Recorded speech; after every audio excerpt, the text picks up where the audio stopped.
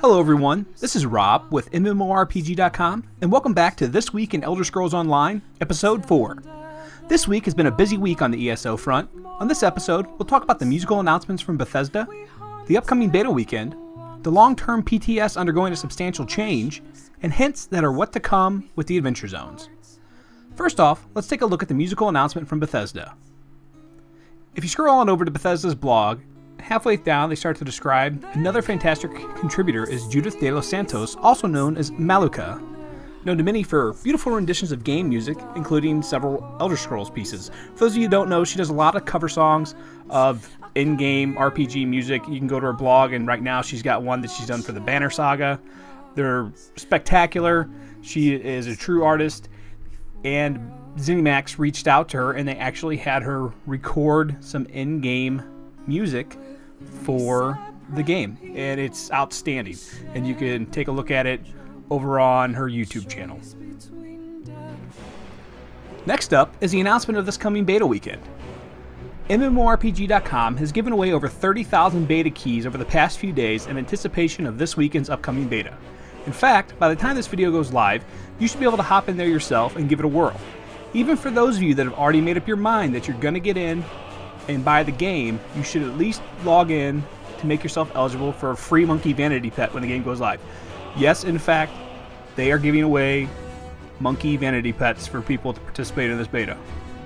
A boy and his monkey. A girl and her monkey. I'm sure you can insert a horrible joke there. All of your character data from previous beta tests should still be intact. Bethesda is looking to break the 1 million player mark with this beta weekend. While they're holding strong that there will not be an open beta, anyone that has been in any of the betas before in the past is welcome back this weekend. All you need to do is update your client. That and all the new keys coming out from media and fan sites should make for a substantial stress test this weekend. Now let's talk about the long-term PTS. The PTS underwent a substantial patch last weekend. One of the biggest changes that you will notice immediately this beta weekend is the new post-tutorial, aka you can skip the starter islands. Based on feedback from the community, unless you talk to the MMORPG.com editor Bill Murphy, he'll just tell you it was all due to him. ZeniMax has restructured the new player experience to make the starter islands optional. Personally, I still plan on doing it at the beginning because it's 3 free sky shards and a skill point, and it takes less than a few hours, and it's not that bad. The official stance from ZeniMax is, in order to give new characters more freedom of choice, we've made a change to the way the characters move between the early zones. With this change, after you complete the tutorial and escape from Cold Harbor, you will now arrive in the starting city for your alliance. You will have the option to visit the original starting areas, or just go forth and start adventuring immediately. Content in and around each of these cities has been adjusted to be more easily performed by characters of level 3 to 6. In addition to that change, another substantial change that we saw was the Dark Fissures have been added into the game. So you have the Dark Anchors, which are these huge events, but the Dark Fissures are much smaller ones, and they appear to be random on the map. The Anchors actually have an icon that you'll see on the map. The Fissures just kind of spawn around, and you can just be wandering and one pop up next to you. They seem to be a little bit more dynamic, whereas the Anchors have fixed positions where they pop up. Also, in response to player feedback, they have put in collision detection in PvE. However, it is not in PvP. So, to make the world feel more substantial, they put collision detection in PvE. You hit something, you're going to get a little more camera shake. They're still, I believe they're working on ways to make it more noticeable when you hit something at range with a bow. You do get a little bit more of a shake now, but I think they're trying to figure out a way to make that even better. And there was tons and tons of bugs and balance fixes. Last but not least, and personally what I'm most excited about having learned this week, is the Adventure Zones. For those of you that aren't aware, the Adventure Zones are the big PvE end-game content that ZeniMax has promised the players that would be in for launch. I'm still kind of on the fence. They got like a month to get it done. Hopefully it's polished enough and it's 100%, but you know, I'm expecting there to be bugs. The Adventure Zone's name is Craglorn. It is primarily built for 4-player groups. This is group PvE content. Can you go it alone? You can probably try. Will you be successful?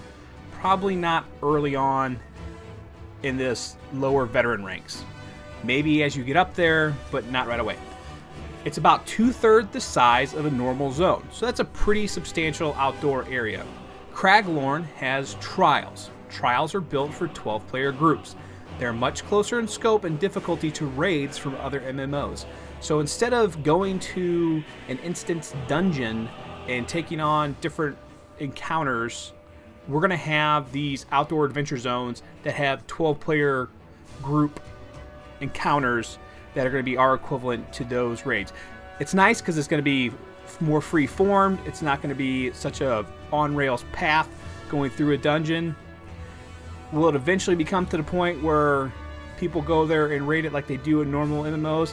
Maybe, but I like the different options that it gives you in order to play it out. And Craglorn will extend veteran ranks past 10. So right now in the PTS, the veteran rank cap is 10. They're saying that that's going to be extended with these new adventure zones. I have no idea what the cap is going to be then. But it's awesome. They plan on giving us more details in March. These are the first ones they released in February. So I expect to know a lot more information on this in the coming weeks. And I'll be sure to tell all of you about it on This Week in ESO.